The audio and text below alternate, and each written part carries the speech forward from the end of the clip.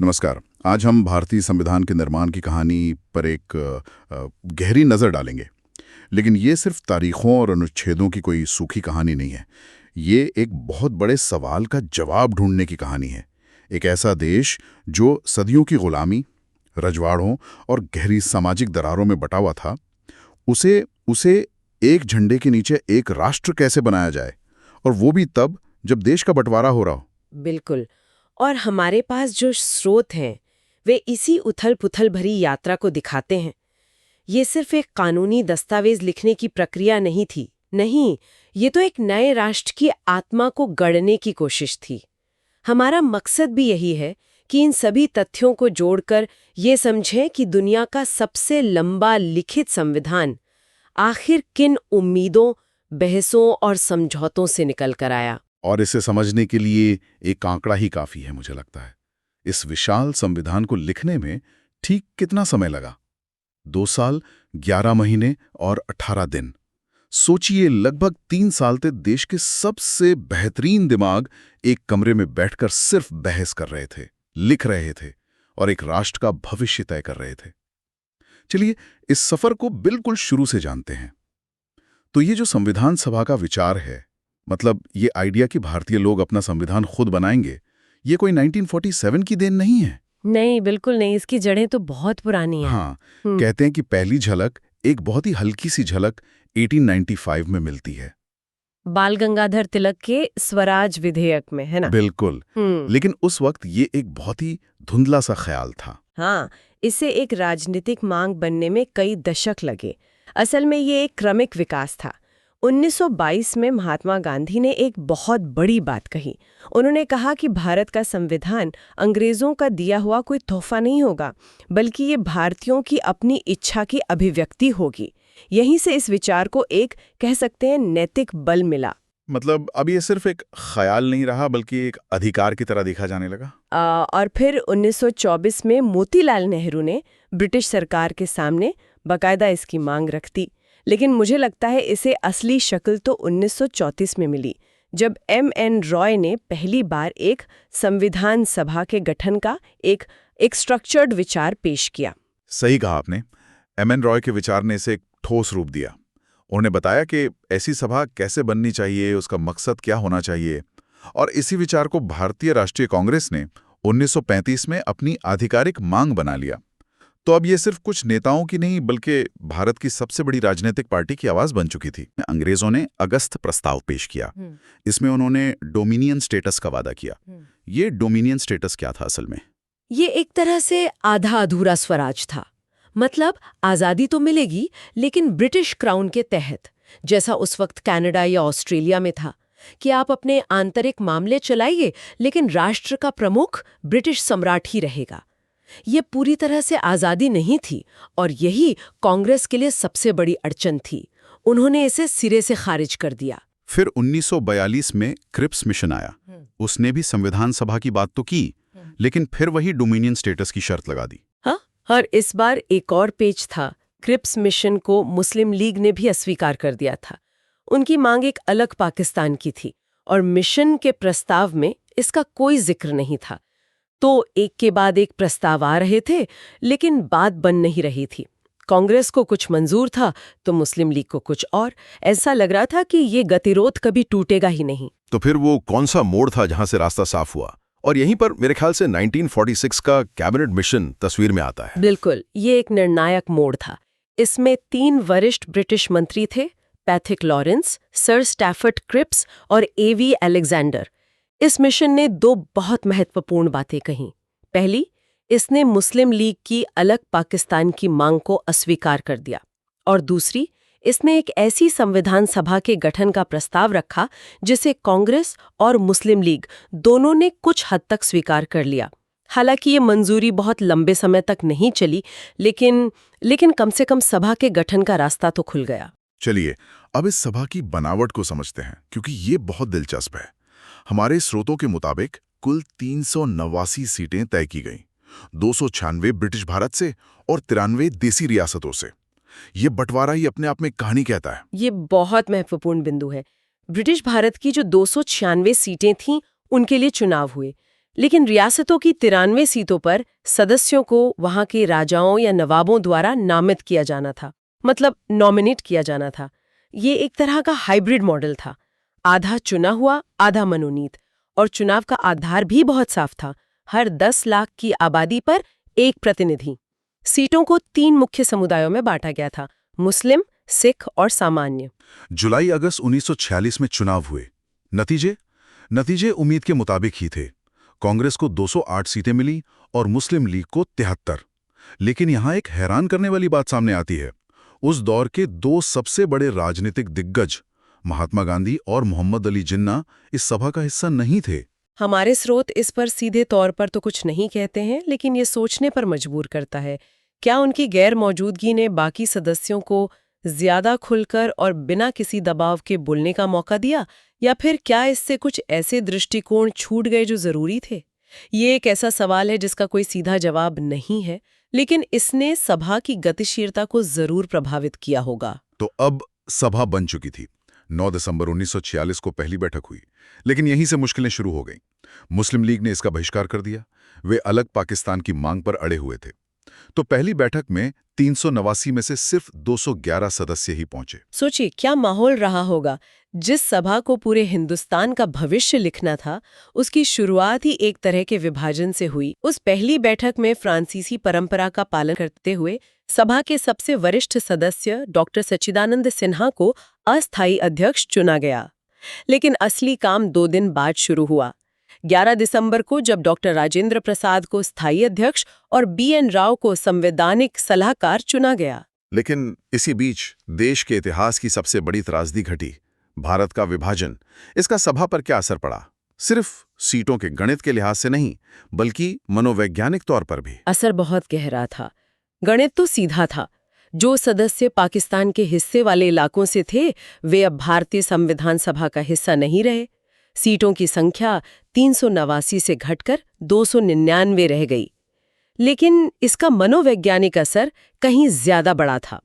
अब सभा के सामने सिर्फ एक संविधान बनाने की नहीं, बल्कि एक ऐसे मजबूत केंद्र वाले देश की नींव रखने की चुनौती थी जो फिर कभी न टूटे।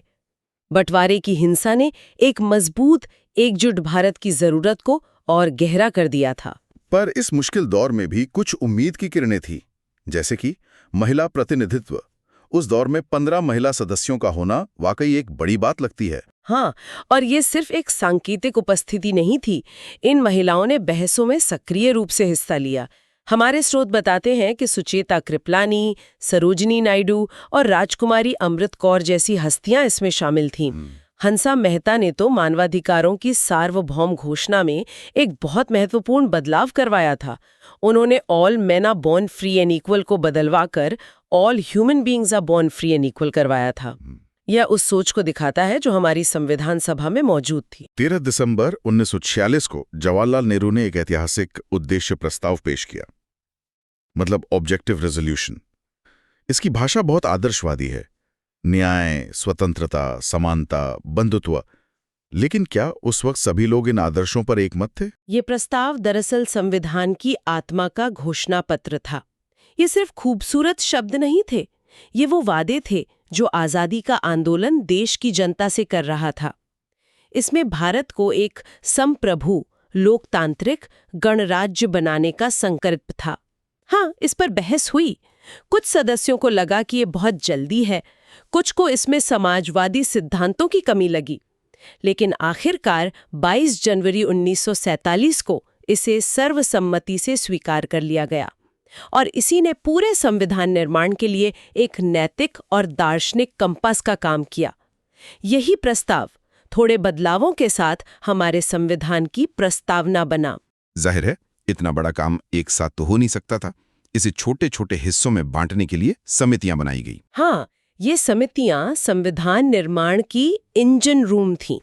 कुल 8 बड़ी और 13 छोटी समितियां बनी। हर समिति को एक खास जिम्मेदारी दी गई।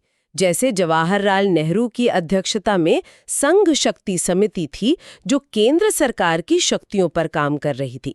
सरदार पटेल के पास 2 बड़ी जिम्मेदारियां थीं, प्रांतीय संविधान समिति और मौलिक अधिकारों पर बनी सलाहकार समिति।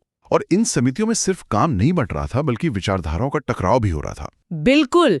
मिसाल के तौर पर मौलिक अधिकारों पर बनी पटेल की समिति में इस पर जबरदस्त बहस हुई कि संपत्ति का अधिकार कितना मजबूत होना चाहिए।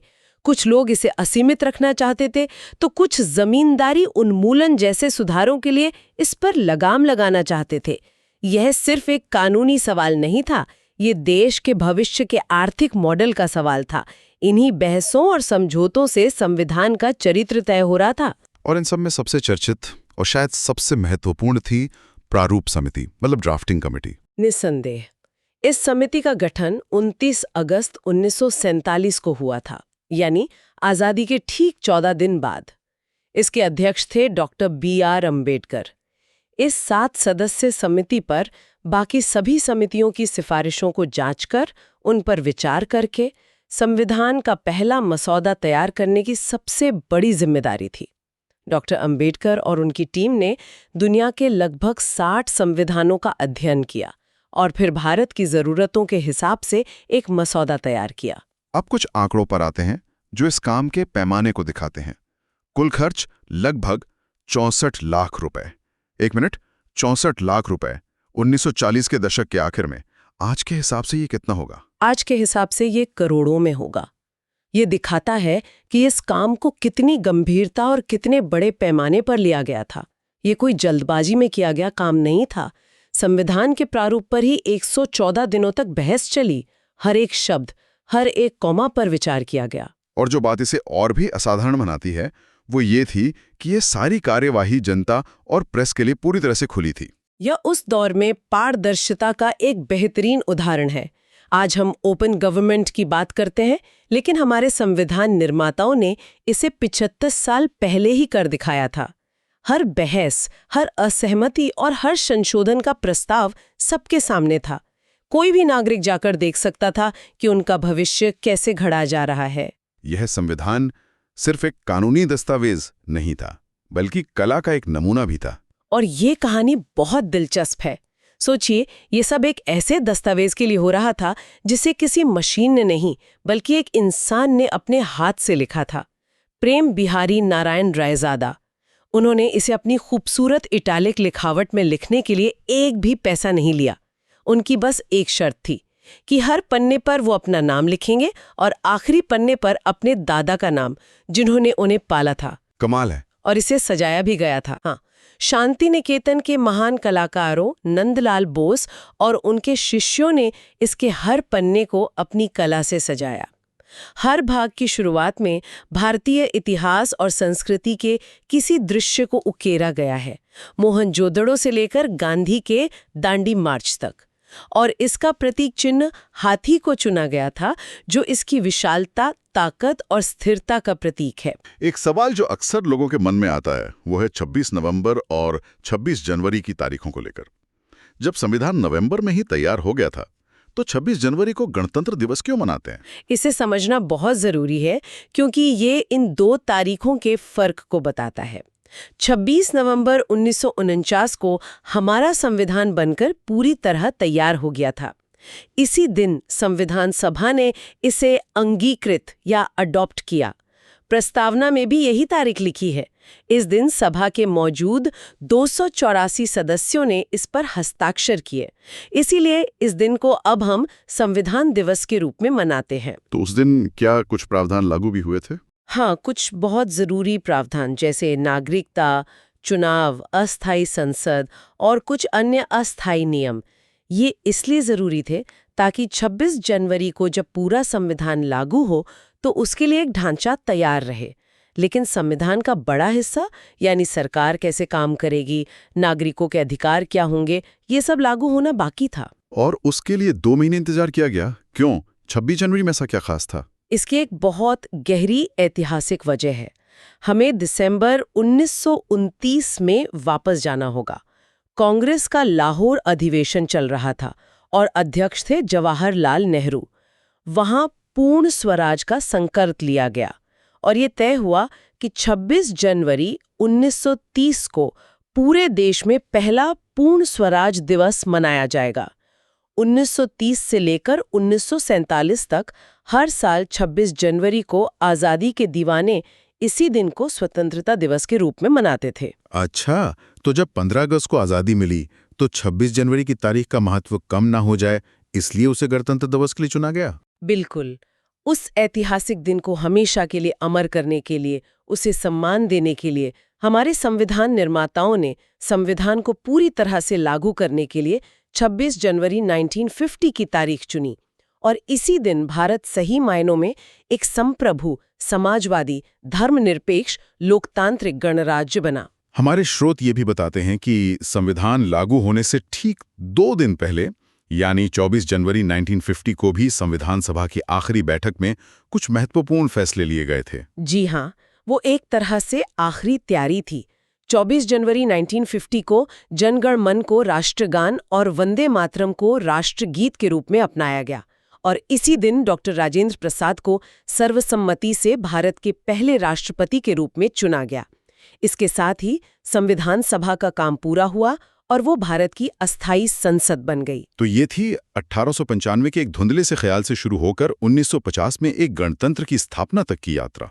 एक ऐसी प्रक्रिया जिसमें असहमतियों का सम्मान था, बहसों की जगह थी और सैकड़ों दिमागों ने मिलकर एक राष्ट्र का भविष्य लिखा। अंत में एक विचार, जैसा कि हमारे स्रोतों से पता चलता है, संविधान सभा की कार्यवाही जनता और प्रेस के लिए पूरी तरह से खुली थी।